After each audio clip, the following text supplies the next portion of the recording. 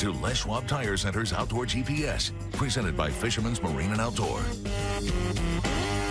Good morning, everybody. I'm Owen Hayes. You're watching Les Schwab Tire Center's Outdoor GPS, presented to you by Fisherman's Marine and Outdoor. And if you haven't heard, we're the only live interactive fishing and hunting television show that's ever existed anywhere on the planet. Please tell me I'm wrong. People have tried, but they've never been able to do it. Today, being the 5th of January, there's a lot going on out there. Believe it or not, there's some very good opportunities for a number of different things. If it's crabbing along the coast, chasing steelhead in systems that are in those kind of conditions, okay, because some of them are still high and off color, quite a few of them. And then, of course, some great hunting opportunities as well. So today we are very busy, but we'd love to hear from you. It's called the North American Metals Hotline. That was a close one. We'd love to hear from you on that. It's 503-548-6777. Questions, comments, reports, like always. Later on in the show, I'm going to ask you to call and maybe ask a couple of questions, but we'll get there in a second. Our first guest of two is Austin Mosier. He is the owner-operator of Austin's Northwest Adventures, and that's what we're talking about this morning. A monster trout fishery. That is a triploid trout from the east side of Washington. He's actually out with his clients this morning. They've already put a 17-pound triploid trout in the boat this morning. We'll find out how things are going for him this year. As y'all know, Austin is right in the middle of that fishery every year. I love having the chance to check in with them and try to highlight this fishery for everyone that's out there. It's just something that is overlooked by a lot of folks. If you live over here on the west side, yeah, it's a little bit of a drive. But I can promise you, as long as the weather will let you get there, it is well worth it. What a fantastic fishery. We'll check in with Austin with that live here in this upcoming segment. We're going to start out with him in our second segment this morning because we are busy, meaning I've got another interview. We've got Mr. Bill Monroe Jr. He is the owner of Bill Monroe Outdoors, one of our top guides here in the Northwest, unquestionably. And as you can see there, he's got a sturgeon with a client. Well, that fishery was actually on the 1st of January. Well, things didn't last very long. And a lot of you, thousands of you, are very well aware of the quick closure of that retention fishery in the Bonneville Pool and above that just recently happened, just days ago.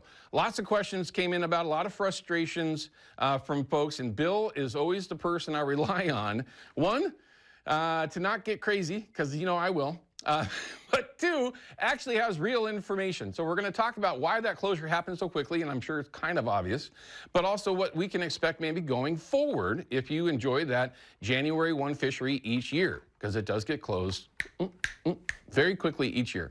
So we'll talk about a number of different things with Bill when you're referring to that fishery. And if you do fish in that and you're frustrated, maybe we can give you some information this morning that might help ease that pain, but it doesn't seem like that's going to be an easy task to accomplish. But we've got a lot going on. If you want to utilize that North American Metals Hotline, if you have questions for Bill or maybe a comment that you want to throw out there while we're talking with Bill, call us up. We'd love to hear from you just to get your perspective as well. Being live, we can do that. So by all means, we'd love to hear from you there. But if you're one of those folks that have been sending in photos, and there's been a lot of them, and we're still getting a lot, I expect to see more as the rivers stabilize.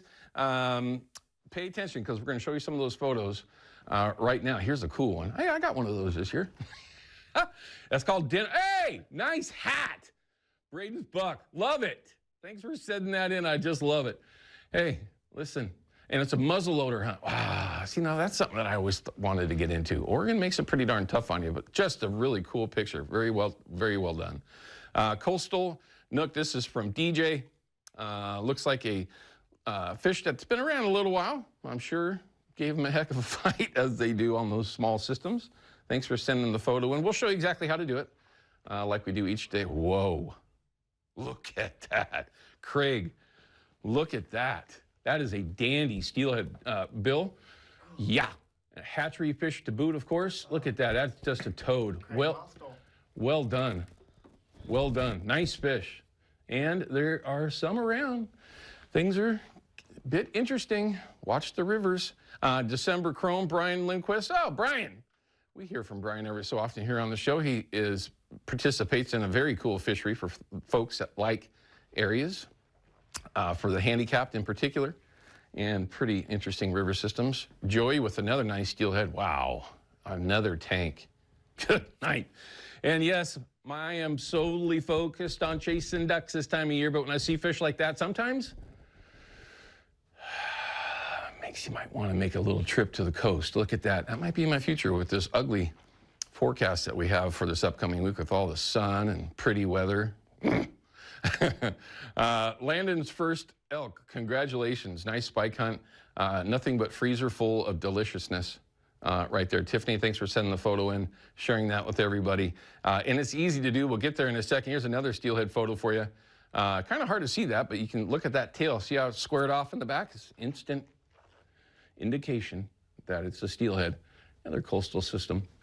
Quick bite, so that must mean that it didn't take long to get that fish to the bank. And there's been some nice ones. I hope you're getting yourself prepared. Here's a... December 20th.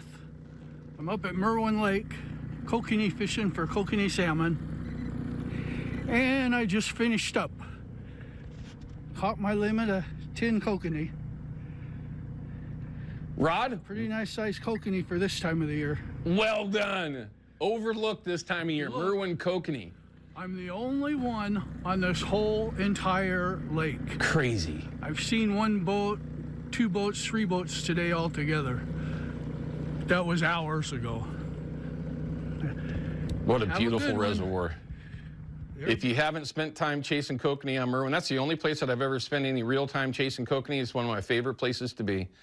It's easy to do, everyone. Download that Fox 12 app for literally a number of reasons. But of course, Outdoor GPS. Once you do it, you can find Outdoor GPS. It'll scroll you down to where you upload your photos and videos. It's super simple. I even did it.